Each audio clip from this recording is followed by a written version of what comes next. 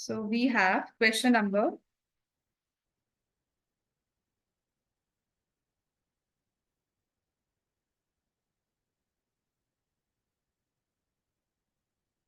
10 करना है हमने। एग्जाम्पल 8 कर लिया था ना हमने। उसके बाद करवाऊंगी। एग्जाम्पल 8 जो है ना वो मीडियंस का क्वेश्चन है, तो मीडियंस वाले क्वेश्चन इकट्ठे करवाऊंगी। ठीक है। वो मीडियन है तो एग्जाम्पल 8 में एंगल बाय सेक्टर्स दिए हुए हैं। समझ में आ गया ना। और क्वेश्चन नंबर 11 अलग से है, वो भी 90 डिग्री वाले एंगल्स का है। 12, 11 और 13 इकट्ठा करवा दूंगी। 13th पे भी पेपर में आ जाता है। 12, 14, 16 और फिर हमारे पास है example 8 based on medians of a triangle. वो इकट्ठे क्वेश्चंस हो जाएंगे। तो पहले हम क्वेश्चन नंबर 10 करेंगे। कल पैरेललोग्राम्स वाले क्वेश्चन समझ में आ गए थे सारे। ठीक है ना। एक बार उनको रिवाइज कर लेना। इसमें फिगर नहीं दी हुई है। C D and G H R respectively the bisectors. C D and G H R bisectors of angle A C B E G F. तो यहां से समझ आ रही है कि दो ट्राइंगल्स हैं अपने पास। ठीक है ना। एक तो एबीसी हो गया, एक ईजीएफ हो गया। दो एंगल्स हैं। ऐसे ही दो ट्राइंगल्स डिफरेंट वाले हो गए। उसमें एंगल बाइसेक्टर्स ड्रॉ किए जा रहे हैं। ट्राइंगल एबीसी और मैं यहां से एबीसी लिया ना, तो ई एफ जी ले लेती हूँ ना फिर ठीक हो गया। And then it says that such that C D को एंगल बाइसेक्टर बनाया है, तो सी डी को बना लो। यहां से C D is the angle bisector, ये मैंने ड्रॉ कर दिया। और ऐसे ही ईजीएफ का एंगल बाइसेक्टर है, वो है ई एच जी एच। तो ये भी मैंने एंगल बाइसेक्टर ड्रॉ कर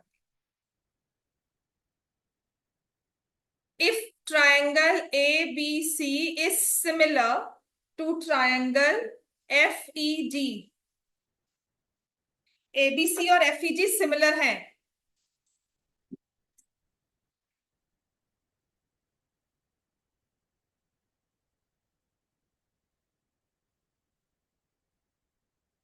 ट्राइंगल एबीसी और एफ ई जी सिमिलर है और ये गिवन है हमें। ठीक है। तो ये 1-to-1 कॉरेस्पॉन्डेंस होगी यहां पर। और हमें दिया हुआ है C D bisects angle ACB and GH bisects angle EGF. ये हमें गिवन है। उसके बाद हमें ये तीन चीजें प्रूव करनी है। द फर्स्ट पार्ट, अभी जो फर्स्ट पार्ट है ना टू प्रूव का, ये बाद में प्रूव होगा। पहले तो आप ट्राइंगल्स को सिमिलर करोगे। ये पहले क्यों दिया हुआ है आपको प्रूव करने के लिए? आमतौर पे ना जैसे हमें दिया होता है टू प्रूव, तो पहला पार्ट प्रूव होता है, फिर सेकंड प्रूव होता है, फिर थर्ड प्रूव होता है।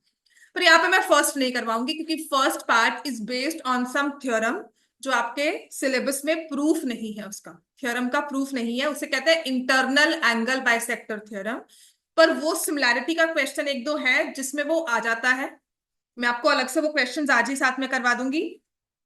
तो मुझे कहा गया है triangle DCB similar to triangle H G E. देखो ये है डी और ये है सी और ये है बी, और यहां पर है ये एच और ये है जी और ये है एफ। ठीक है। तो मुझे कहा गया है इन दोनों ट्रायंगल्स को सिमिलर करो। क्या हम इन दोनों को सिमिलर कर सकते हैं? कोई आपको रूल समझ में आ रहा है?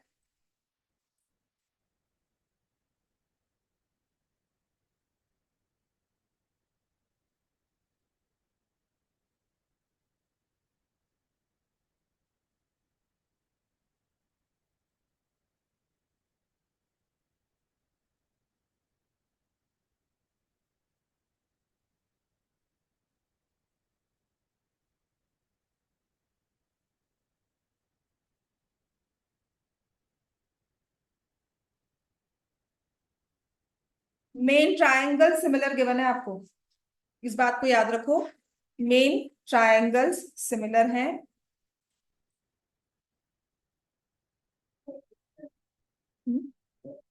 ए से हो जाएगा, है ना। क्योंकि अगर मेरा ट्रायंगल एबीसी और एफ ई जी सिमिलर है तो एंगल बी जो है वो एंगल एफ के इक्वल होगा। और एंगल ये पूरे वाला इस पूरे वाले के इक्वल होगा। अगर कंप्लीट इक्वल है तो हाफ्स भी इक्वल होंगे, तो सिमिलरली ये वाला एंगल इसके इक्वल आ जाएगा, बस इसको लिखना है। ठीक है, तो मुझे लिखा है, मुझे पता है कि ट्रायंगल एबीसी सिमिलर है ट्रायंगल एफईजी को, therefore angle A B C is equal to angle F E G, जिसे हम लिख लेंगे, sorry, E F G, E F G. फिर यहाँ पर एबीसी एफ ई जी लिखा हुआ है, एबीसी एफ ई जी, यहाँ पर फिर ठीक करो क्योंकि उन्होंने एफ ई जी लिखा हुआ है, बहुत जरूरी है 1:1 कॉरेस्पॉन्डेंस पे लिखा। ठीक है, ABC is equal to F E G. ऐसे ही मेरे पास आ जाएगा angle A C B is equal to angle F G E, ये भी गिवन हो गया। अब इसका हाफ ले लो, half of angle A C B is equal to half of angle F G E, और इसका हाफ ए सी बी का क्या हो गया, D C B, angle D C B is equal to angle H G E. Bracket में reasons लिख दोगे, C D bisect A C B, G H bisect E G F. समझ में आ गया। अब प्रूफ में आ जाएंगे, in triangle D C B and triangle H G E, angle D C B is equal to angle H E G, proved above. Angle D C DBC is equal to angle, यहाँ पे मैंने H E जी गलत लिख दिया, H G ई लिखना है। अगर मैंने ये वाला एंगल लिया है डीसीबी, तो मैं यहाँ वाला एंगल, ठीक है ना। और अगर मैंने डीबीसी लिया है तब मैं लूंगी H E E, this also proved above. Therefore, triangle DCB is similar to triangle HGE by AA similarity rule. ऐसे ही DCA और HGF को सिमिलर प्रूव कर सकते हैं।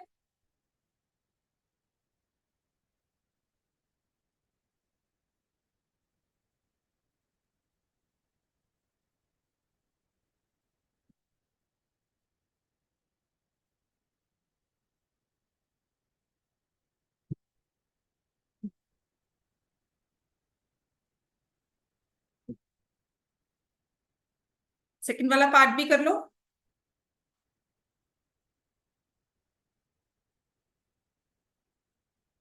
जो कि सी पार्ट हमें गिवन है, जिसमें लिखा हुआ है triangle D C A similar to triangle H G F.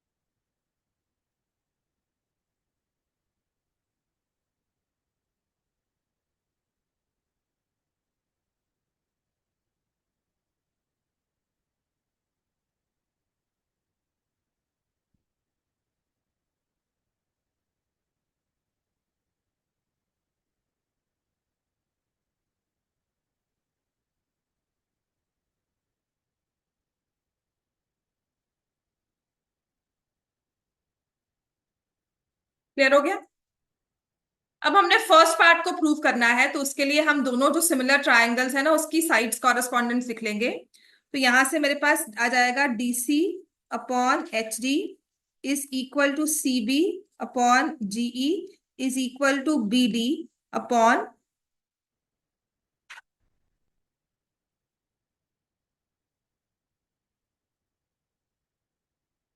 ठीक है, बी डी अपॉन एच ई।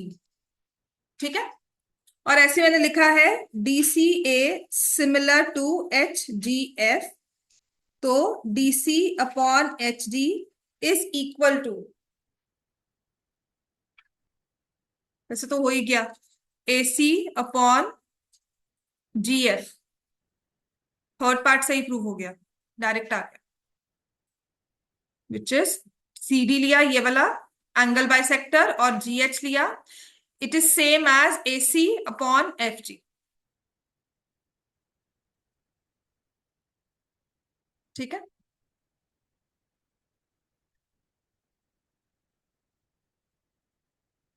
अब जो इसका बेसिक अंडरलाइन कॉन्सेप्ट है, जो क्वेश्चन 2 मार्क्स में ना लास्ट ईयर DPS के पेपर में आया था, ठीक है, मैं आपको दोनों ही उसका सिंपल और उसका कन्वर्ट्स भी करवा देती हूँ।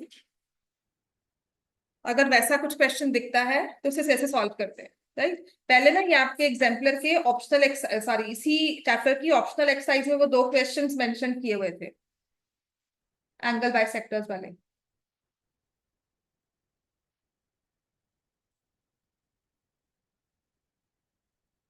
ठीक है, करवाओ, हो गया बच्चे सबका ये, है ना?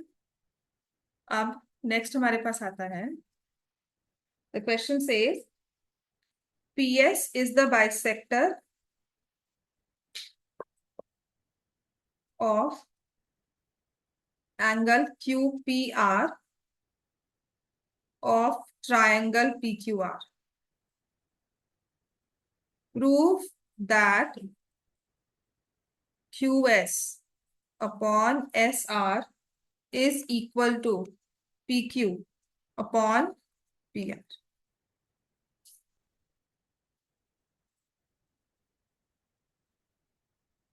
इसको बोलते हैं इंटरनल एंगल बाइसेक्टर थ्योरम। ठीक है, इसका डायरेक्टली मतलब, इसका डायरेक्ट रिजल्ट यूज होता है क्वेश्चंस में। This is called internal angle bisector theorem. आपको ट्रायंगल का इंटीरियर एंगल दिया हुआ है, उसका एंगल बाइसेक्टर दिया है, उस एंगल बाइसेक्टर की वजह से हमारे पास ये रेशो इक्वल आती है। कौन सी वाली? एंगल ने ना बाइसेक्ट होकर, एंगल बाइसेक्टर ने ऑपोजिट साइड को 2 हिस्सों में डिवाइड किया। आप देखोगे एक आपने रेशो QS और SR ली है, फिर जो एंगल बाइसेक्ट किया है ना उसकी आर्म्स देखो, QP and PR। This is the direct proof है, इसको क्वेश्चन में यूज करते हैं, मतलब 1 मार्क में अगर हमारे पास क्वेश्चन आता है तो I can use this ratio, कि जो आर्म्स ऑफ द एंगल है और जो थर्ड साइड के 2 पार्ट्स हैं उनकी रेशियो सेम होती है। अब देखो यहां पर QS वाला लिया था ना, तो जो Q से आर्म स्टार्ट होती है मैंने वो वाला न्यूमरेटर में कॉरेस्पॉन्डिंग रखा है। SR लिया, उसके साथ RP रखा है, कॉरेस्पॉन्डिंग लेना होता है PQ अपॉन PR। तो जो मैंने न्यूमरेटर में PQ के साथ कॉमन वर्टेक्स वाला पार्ट है QS, उसको रखा है न्यूमरेटर में। समझ में आ गया? ये कॉरेस्पॉन्डिंगली यूज करते हैं। आपको ना सैंपल पेपर्स में हो सकता है, क्योंकि 2-3 सैंपल पेपर्स जो मैं भी यूज करती हूँ, वहां पर ना ये क्वेश्चन जो होता है ना, वहां पर एज इट इज 1 मार्क में दिया होता है कि आंसर निकालो। आपको रेशियो दी होगी, ये 2:3 की रेशियो दे दिया, ये 10 बता दिया, बताओ जी ये क्या है। डायरेक्ट क्वेश्चन होता है ये।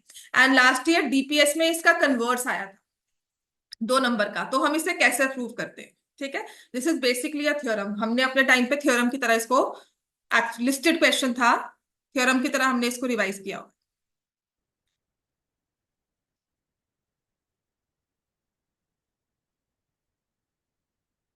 ठीक है, गिवन हमें समझ में आ गया। अब इसको प्रूव करना है, तो उसके लिए मैं कंस्ट्रक्शन करूंगी। साइल इरेज दिस बेसिक, जो ऊपर लिखा हुआ ना इसको इरेज कर देते हैं। इसमें कंस्ट्रक्शन क्या होती है देखो ना, अब तो मुझे या तो ट्रायंगल सिमिलर करने हैं या मुझे बेसिक प्रोपोर्शनैलिटी लगानी है ना। और अगर ट्रायंगल सिमिलर करने हैं तो उसके लिए जरूरी चीज क्या होती है? 2 ट्रायंगल्स में इक्वल एंगल्स दिए हो, इक्वल एंगल हद से हद बाइसेक्टर वाला है। और अगर BPT लगानी है तो मुझे पैरेलल लाइन चाहिए, है ना। तो यहाँ पे पैरेलल लाइन ही ड्रॉ होती है। वो कैसे?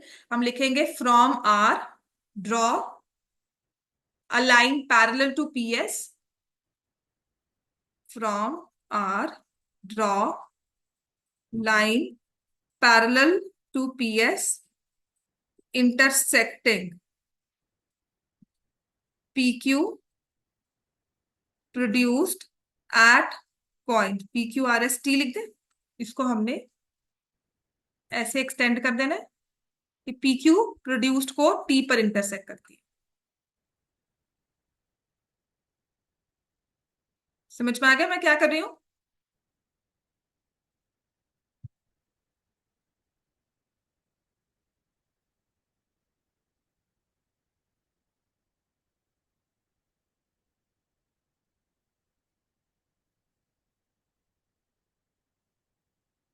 ठीक है, हमने ये पैरेलल लाइन ड्रॉ कर देनी।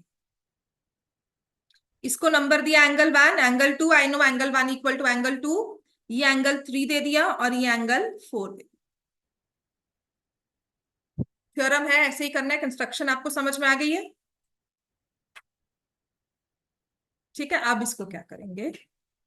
अब पहले तो पैरेलल लाइंस की प्रॉपर्टीज लगा लो सारी, क्योंकि एंगल्स की बात कर रहे हो, लाइंस पैरेलल ड्रॉ की है। तो मुझे पता है P S is parallel to T R, and यहां से क्यू टी ट्रांसवर्सल ले ले अगर, Q T is transversal. So can I say angle 1 equal to angle 3? बोल सकती हूं मैं? ये एंगल 1 और ये एंगल 3 आपस में इक्वल है। क्यों इक्वल है भाई? They are corresponding angles. ऐसे ही P S parallel T R है और पी आर ट्रांसवर्सल है, तो एंगल 2 इक्वल टू एंगल 4 आ जाएगा। क्यों होगा? Alternate interior angles.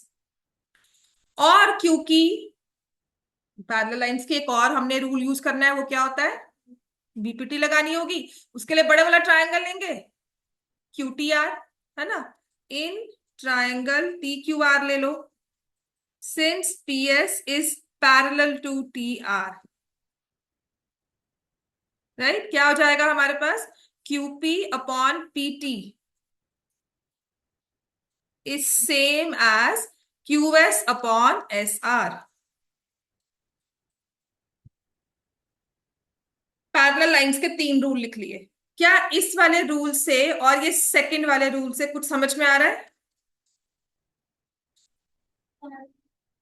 एंगल 1 और एंगल 2 क्या है आपस में? इक्वल है, तो एंगल 3 एंगल 4 भी इक्वल हो गए। ठीक है ना? तो angle 3 equal to angle 4 from 1 and 2 कर दूंगी। क्यों? क्योंकि एंगल 1 भी एंगल 2 के इक्वल है, तो 3 भी 4 के इक्वल हो गया। अब एंगल 3 एंगल 4 को इक्वल करने का पर्पस क्या हुआ देखो। क्या एंगल 3 एंगल 4 को इक्वल करके कुछ निकलता है मेरे पास? आइसोसेलेस ट्रायंगल बन जाएगा। कौन से वाला? TPR। समझ में आ गया? सो मैं लिखूंगी in triangle TPR angle 3 equal to angle 4, therefore PT is equal to PR। और ये PT PR कहां जाएगी? हमने ये रूल यूज कर लिया, ये कर लिया, बेसिक प्रोपोर्शनैलिटी लगाई थी। BPT में ये देखो यहां पर क्या लिखा हुआ है, ये PT लिखा हुआ है ना, और PT किसके इक्वल है? PR। तो ये PT यहां पर डाल देंगे, प्रूव हो गया हमारे पास। PQ अपॉन PT जो है उसकी जगह मैंने लिख दिया PR is equal to QS upon SR। तो वही आ गया ना, देखो PQ एंड PR की रेशियो, QS और SR की रेशियो। बात क्लियर हो गई सबको? इसको बोलते हैं इंटरनल एंगल बाइसेक्टर थ्योरम, और ये है बेसिक। फिर होता है इसका कन्वर्स, और वो कन्वर्स क्या है?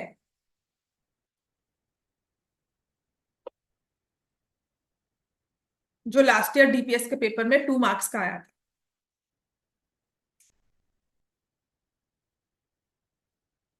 क्लियर हो गया यहां से? ठीक है ना? अब कन्वर्स है इसका,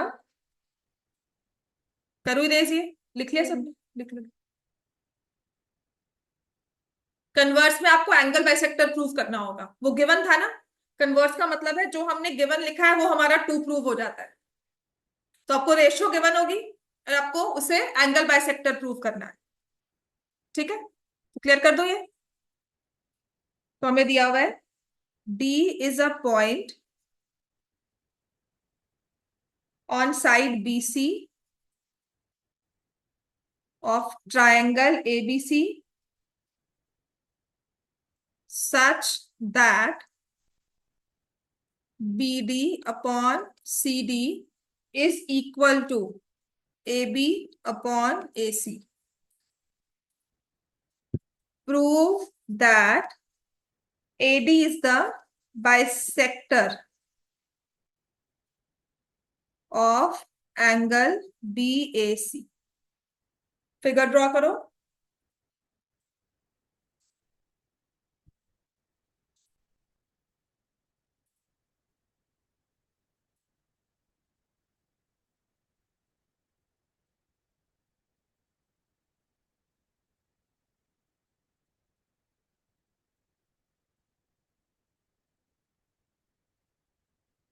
D is a point on BC such that BD upon CD is same as AB upon AC. Prove करना है कि एडी बाइसेक्ट करता है एंगल बीएसी को। ये गिवन नहीं है, ये प्रूव करना है हमें ना, इसमें नहीं लिख सकते। आपको ये प्रूव करना है कि AD bisect angle BAC. Construction वही होगी, पैरेलल ड्रॉ करना है।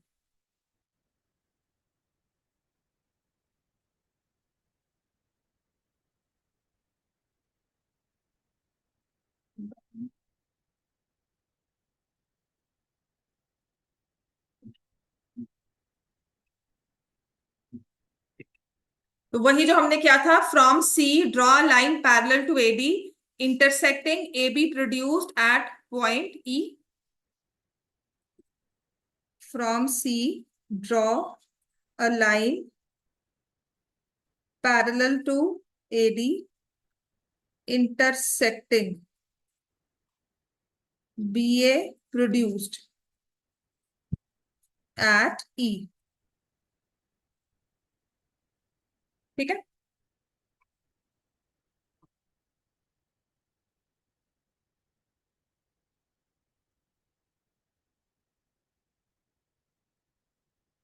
so in triangle EBC, AD is parallel to EC. Therefore, BA upon AE is same as BD upon CD। ठीक है ना, और यहाँ पे मैंने लगाया है by BPT, basic proportionality theorem. समझ में आ गई ना बात? है आपने इसको पूरा लिखना है, बेसिक प्रोपोर्शनैलिटी थ्योरम। मैं क्यों नहीं लिख रही हूँ, मुझे पूरे प्रूफ को इसी में एडजस्ट करना है, इस वाले पेज पर। ठीक है, इसीलिए प्लीज प्लीज प्लीज बीपीटी मत लिख के आना। पूरी थ्योरम लिखने से अच्छा ये 3 वर्ड्स लिख लो, आधा नंबर नहीं कटेगा। क्लियर हो गया इतना? अब आपको ये भी पता है कि BD upon CD is same as AB upon AC। तो इसको 1 ले लिया, इसको 2 ले लिया, ये तो गिवन था। तो फ्रॉम 1 and 2,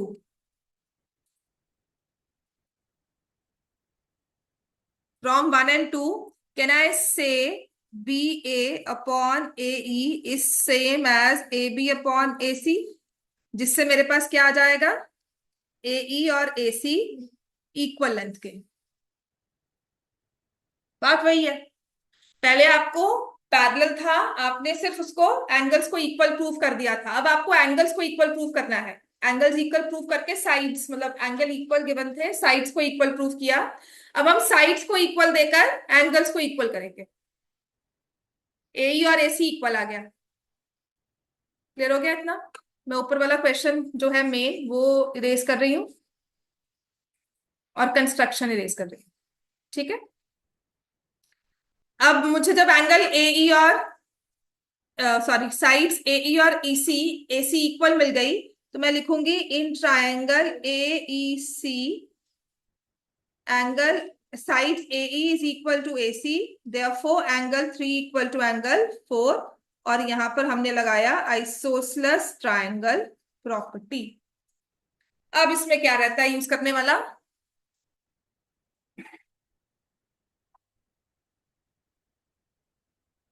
बताओ क्या रहता है इसमें अब? पोलैरिटी नहीं। क्या ये करेंगे? पैरेलल है। एंगल 1 एंगल 3 के इक्वल है, एंगल 2 एंगल 4 के इक्वल है। क्योंकि एंगल 3 एंगल 4 के इक्वल है तो एंगल 1 एंगल 2 के इक्वल है। सोचो 2 नंबर में क्वेश्चन दिया हुआ था।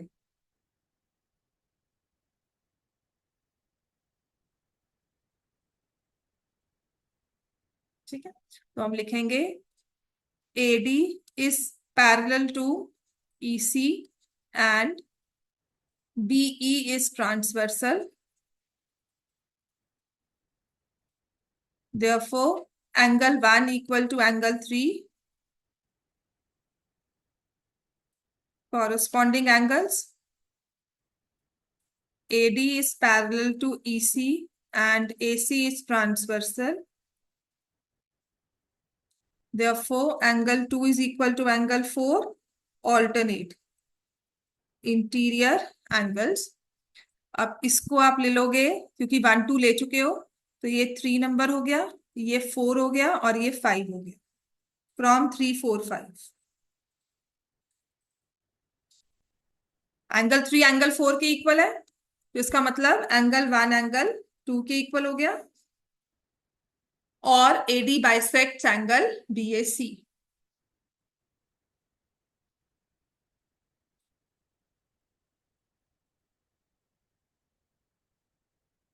ठीक है ना? इसके बाद आ जाओ क्वेश्चन नंबर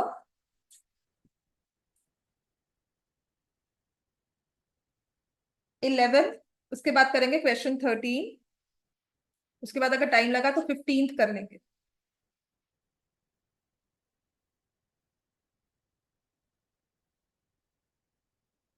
11 13 एंड 15 ये करने हैं।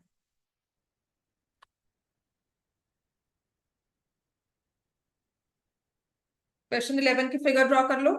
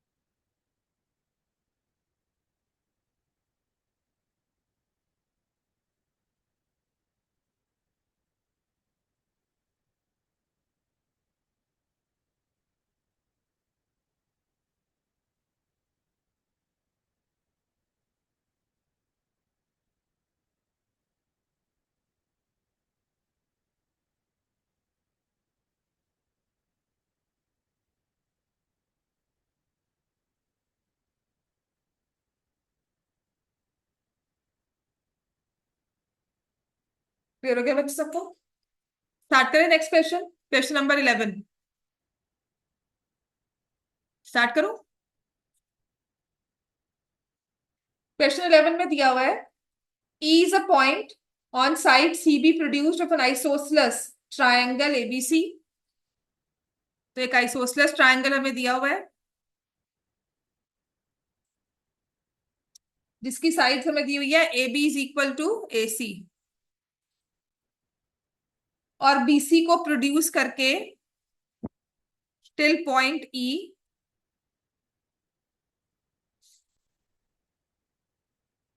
फिर EF परपेंडिकुलर ड्रॉ किया हुआ है और AD परपेंडिकुलर टू BC दिया हुआ। गिवन है ट्रायंगल ABC जिसमें AB is equal to AC है, AD is perpendicular to BC and EF is perpendicular to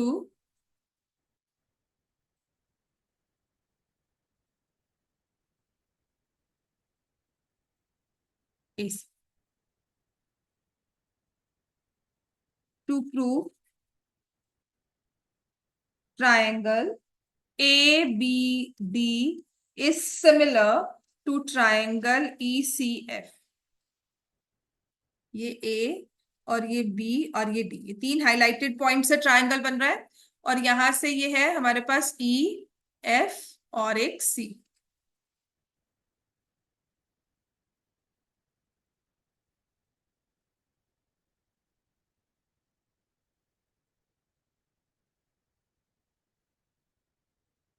सबसे पहला एंगल कौन सा दिख रहा है? 90 डिग्री वाला, ठीक है ना? सी कॉमन नहीं ना बेटा, ए बी डी है। और क्या गिवन है हमें इसमें? कौन सा ट्राइंगल गिवन है ये? आइसोसलेस। आइसोसलेस में अगर साइड्स इक्वल है तो क्या होता है? कौन से एंगल्स इक्वल होंगे? बी और एंगल सी इक्वल होंगे। और एंगल बी और सी देखो, जो हमारे ट्राइंगल्स हमें चाहिए उसी का पार्ट है। फिगर थोड़ी कंफ्यूजिंग बनाई हुई है ना? तो कुछ भी कंस्ट्रक्शन नहीं करनी, क्लियर हो गया?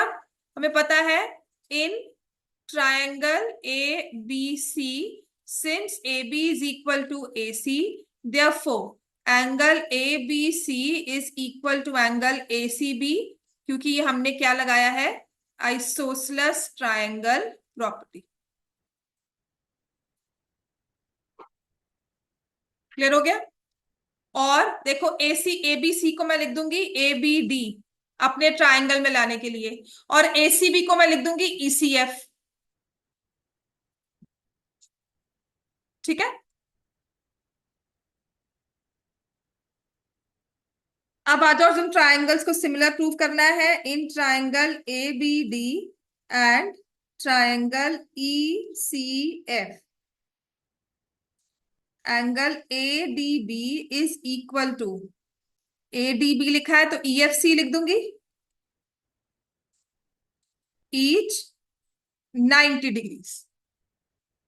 Also angle A B D is equal to angle E C F, ये हमने प्रूव किया है अब। हो गए triangle similar. Triangle A B D similar to triangle E C F by a similarity rule. इतना क्लियर है सबको? क्वेश्चन नंबर 13 पर आ जाओ।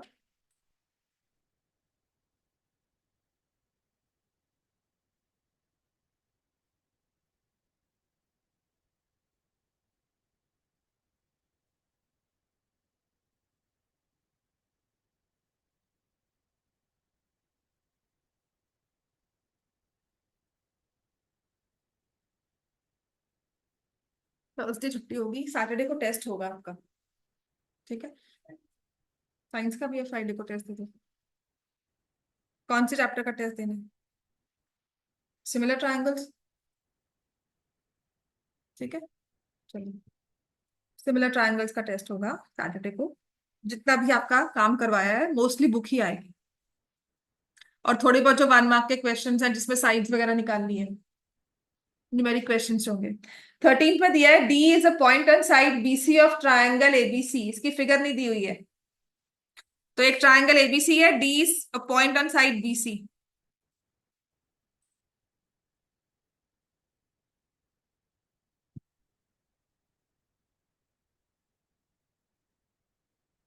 सच दैट एंगल एडीसी, ये वाला हुआ, is equal to angle BAC.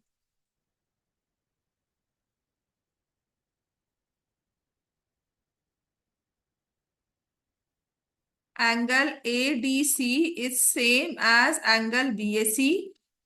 To prove में देखो मेरे पास क्या है, C A square is equal to C B into C D.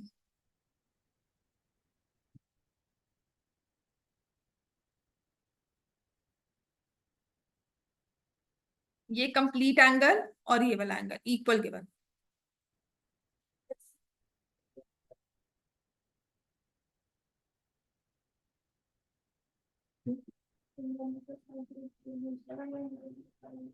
नहीं,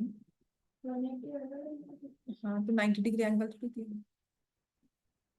अगर ये 30 है और ये 40 है, तो आप कह रहे हो कि ये 70 डिग्री होगा? ये वाला 70, ये वाला क्यों? ये 30 है और ये 40 है, तो ये 70 कैसे होगा?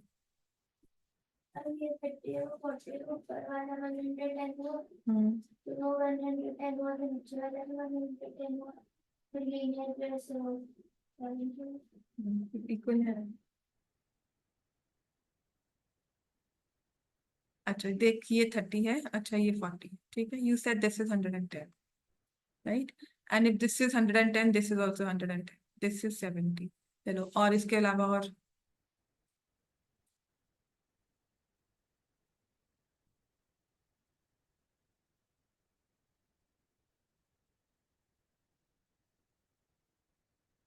करने तो ट्राइंगल सिमिलर है ना, कहीं ना कहीं तरह से। और ये भी पता है कि ये साइड्स की रेशो दी हुई है। तो ये लिखा हुआ है C A into C A is equal to C B into C D.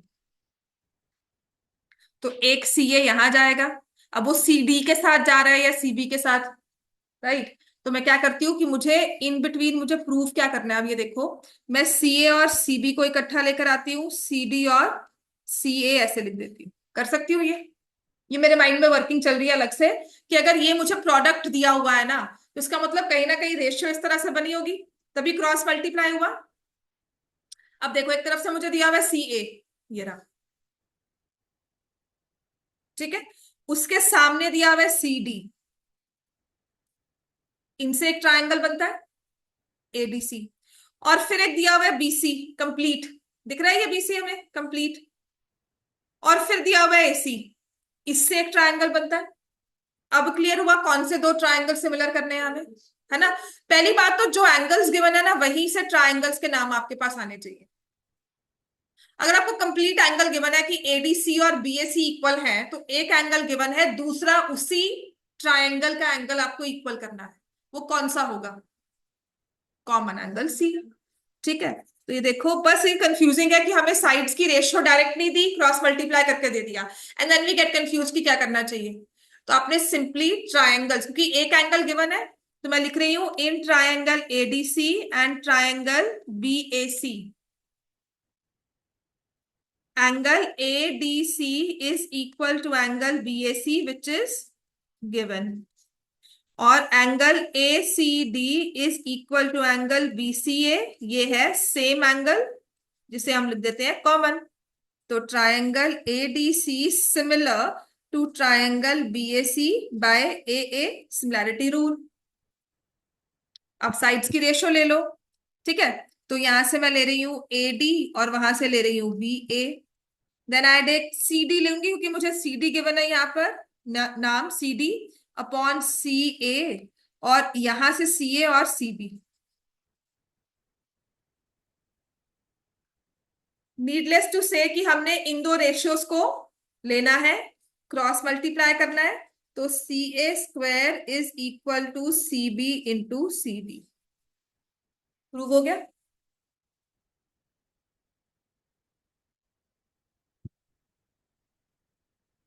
इसके बाद आ जाओ क्वेश्चन नंबर 15 पर।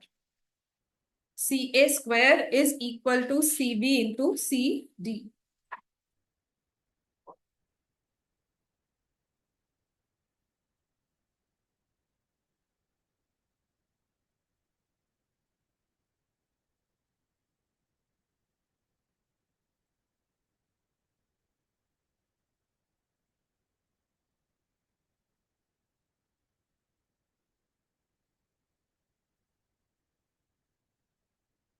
क्लियर हो गया बच्चे, क्वेश्चन 15 आ जाओ। मीडियन वाले क्वेश्चन ना सारे इकट्ठे करवाऊंगी। क्लियर हो गया सबको ये, है ना, सिंपल। अब आते हैं क्वेश्चन 15, जिसमें गिवन है vertical pole of length 6 meters casts a shadow 4 meters long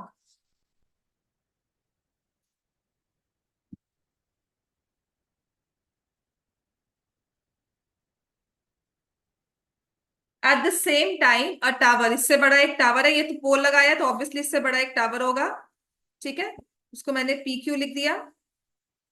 उसकी जो शैडो है दैट्स 28 meters लॉन्ग।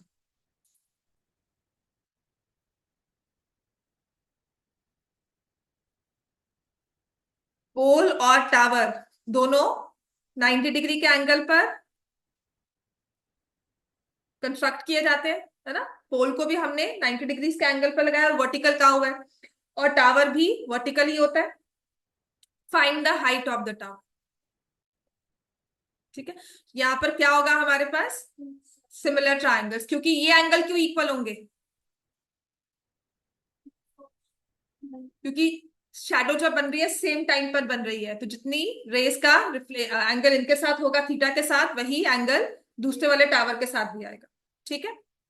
तो यहाँ पर हमारे पास आएगा triangle A B C is similar to triangle P Q R, then A B upon P Q is same as B C upon Q R. तो ए बी 6/h इज 4/28। तो height of the tower is 42 meter.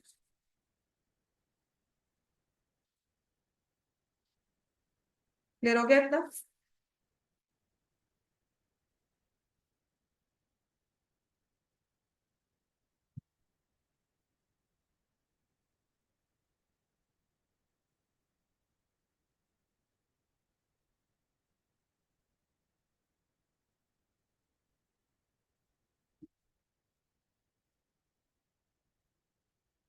Clear हो गया इतना? Next लिखो। अभी भी थोड़ा सा एक्स्ट्रा क्वेश्चंस में ही आता है। Triangle ABC and triangle DBC are drawn on same base BC. AD intersects, मैं फिगर ड्रॉ कर देती हूँ। AD intersects BC at O. Prove that area of triangle ABC upon area of triangle DBC is equal to AO upon DO.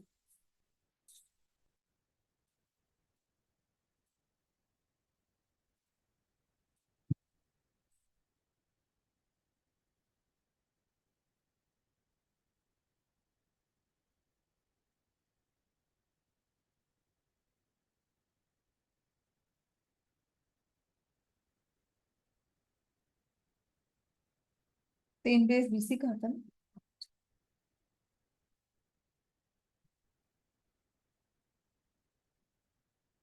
Triangles ABC and DBC are drawn on the same base BC.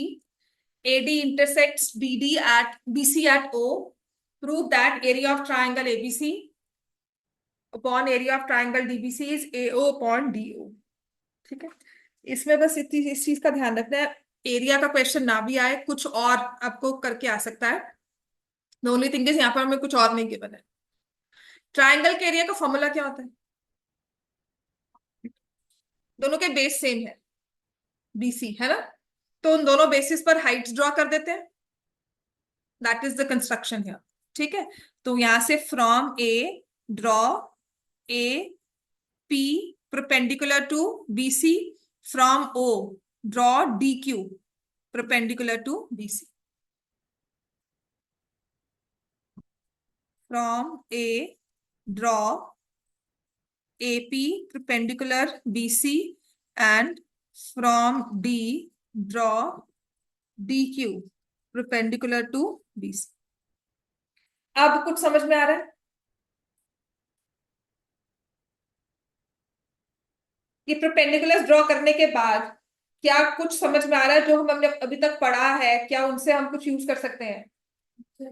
Similar triangles हो सकते हैं। कौन से? APO and DQO। कौन से दो angles होंगे? देखो APO है वर्टिकली ऑपोजिट एंगल्स। ठीक है, समझ में आ गया? DQ तो मैं लिखूंगी in triangle APO and triangle DQO angle APO is equal to angle DQO। क्यों है? 90 each. And angle AOP is same as angle DOQ, क्योंकि ये क्या है? Vertically opposite angles. क्लियर हो गया? तो ट्रायंगल APO सिमिलर हो गया ट्रायंगल DQO के bye AA similarity rule.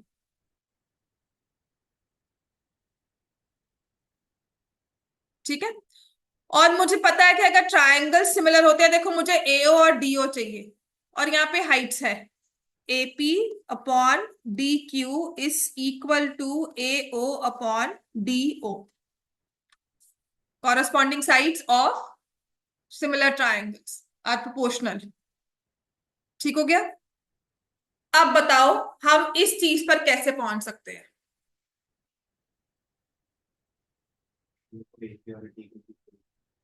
Area का, हाँ कैसे करोगे, एरिया का फॉर्मूला लगाएंगे, half into base into height. Base दोनों के पास बीसी है, इसके पास हाइट एपी है, इसके पास भी बीसी बेस है, इसके बाद हाइट डीक्यू है। तो बीसी और हाफ तो कैंसिल हो गए, जो बचा एपी और डीक्यू, वो रेशियो हम रिप्लेस कर देंगे ए और डीओ के साथ, क्योंकि जो रेशियो एपी और डीक्यू की है वही रेशियो ए और डीओ की। समझ में आ गया इतना, यहां तक लिख लिया सारा, लिख लो, मैं आगे आपको फिर समझा देती हूँ। ट्रायंगल्स को सिमिलर कर दो, कंस्ट्रक्शन हमने लिख ली है।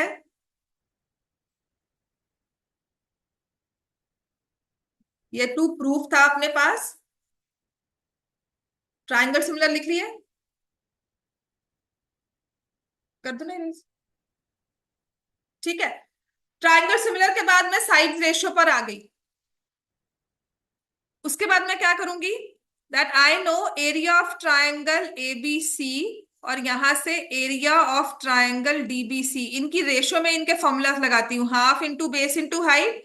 बेस को मैंने ले लिया बीसी, और हाइट मेरे पास क्या आ गई, एपी, और दूसरे वाले की half BC into D Q. BC cancel, half cancel, तो किसके इक्वल आ गया, एपी एंड डी क्यू। तो ये नंबर 1 लिया और ये नंबर 2 लिया।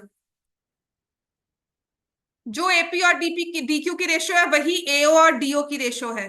तो यहां से I can replace area of triangle ABC upon area of triangle DBC is same as ratio of AO upon DO, hence proved.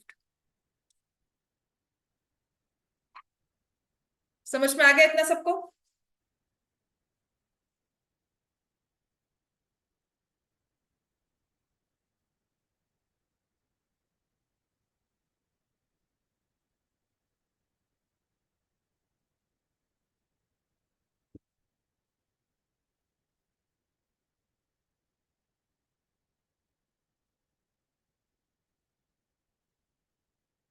ठीक है, नेक्स्ट क्वेश्चन लिखो। इतना क्लियर हो गया, कर दो clear.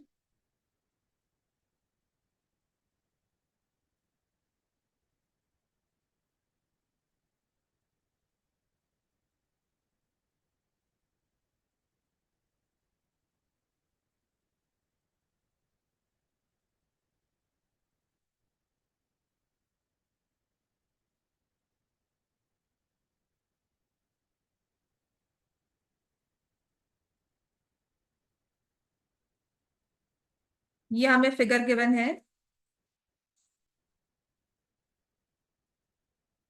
This is triangle ABC, यहाँ पे राइट एंगल है, डीई ड्रॉ किया हुआ है परपेंडिकुलर टू एसी, और जीएफ ड्रॉ किया हुआ है perpendicular to BC. Prove that, बस 3 परपेंडिकुलर्स हो गए ना हमारे पास, ठीक है। Prove that A D E triangle is similar to triangle G C F.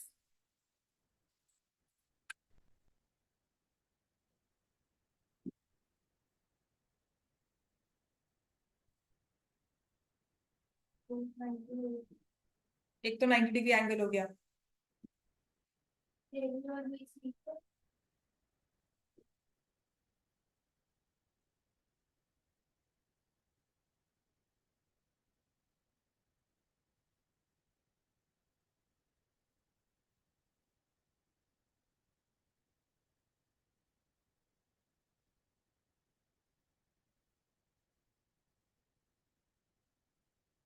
आपको नाम से ही पता है आपको एंगल्स कौन से इक्वल करनी है। एडीई में कौन सा एंगल पहले दिया हुआ है, नाम के हिसाब से ए, और दूसरा यहां पर कौन सा है, क्या इनको हम इक्वल कर सकते हैं, कौन सी लाइंस पैरेलल होंगी, ए बी और जी एफ पैरेलल क्यों होंगी, perpendicular to same line are parallel to each other. समझ में आ गया ना? देखो सिमिलैरिटी कॉन्ग्रुएंस में यही था, अगर आपको 1-to-1 कॉरेस्पॉन्डेंस दिया हुआ है ना, तो वहीं से देखो मैं एंगल्स कैसे इक्वल कर सकती हूँ। तो मैंने यहाँ से एंगल जी लिया और एंगल ए लिया, they look like equal to me. Obviously मुझे इन्हें इक्वल प्रूव करना है यहाँ के हिसाब से। तो how will I prove equal? How will I prove them equal? तो मैं क्या करती हूँ, यहाँ से I take that G F is parallel to A B, AC is the transversal, तो ये कॉरेस्पॉन्डिंग एंगल्स मिल जाते हैं। अब GF और AB पैरेलल करने के लिए मुझे लिखना पड़ेगा lines perpendicular to same line are parallel to each other. Prove हो जाएगा अब ये, ठीक है। और इसका दूसरा वे क्या है, आपका ट्रायंगल AED देखो, यहां से if I take triangle ADE, तो क्या ये बड़े वाले ट्रायंगल को कॉन्ग्रुएंट सिमिलर है? एक 90 डिग्री एंगल है कॉमन। ऐसे ही आपका GFC बड़े वाले को भी सिमिलर हो जाएगा, एक 90 है और एक कॉमन है। तो अगर ये दोनों सेम ट्रायंगल को सिमिलर है तो आपस में भी सिमिलर होंगे, ठीक है। दो वेज हैं, जो इजी लगता है वो कर लो। मुझे लगता है पैरेलल वाला ज्यादा इजी है, डायरेक्टली आंसर आ जाता है, ठीक है। तो मेरे पास आ जाएगा AB is perpendicular to BC and GF। ये लास्ट ईयर ना कभी पेपर्स में आए हुए क्वेश्चन है, और शायद ये एग्जाम्पलर का क्वेश्चन है ये वाला। GF is perpendicular to BC, therefore AB is parallel to GF. Lines perpendicular to same line are parallel to each other। ठीक हो गया? अब फिर हम लेंगे therefore, अगर AB और GF पैरेलल है और AC ट्रांसवर्सल है, so therefore angle CAB is equal to angle CGF। CAB is equal to angle CGF, और इसको हम ले लेंगे कॉरेस्पॉन्डिंग एंगल्स। अब CAB को I can write it as EAD, और angle EAD is same as angle CGF, ठीक है ना। अब लिख लो अपने ट्राइंगल्स का नाम, ADE एंड ट्राइंगल GCF। पहले तो angle AED is equal to angle GFC 90 each, और फिर लिख लोगे angle EAD is same as angle CGF, proved above. Therefore, triangle ADE similar to triangle GCF by AA similarity rule।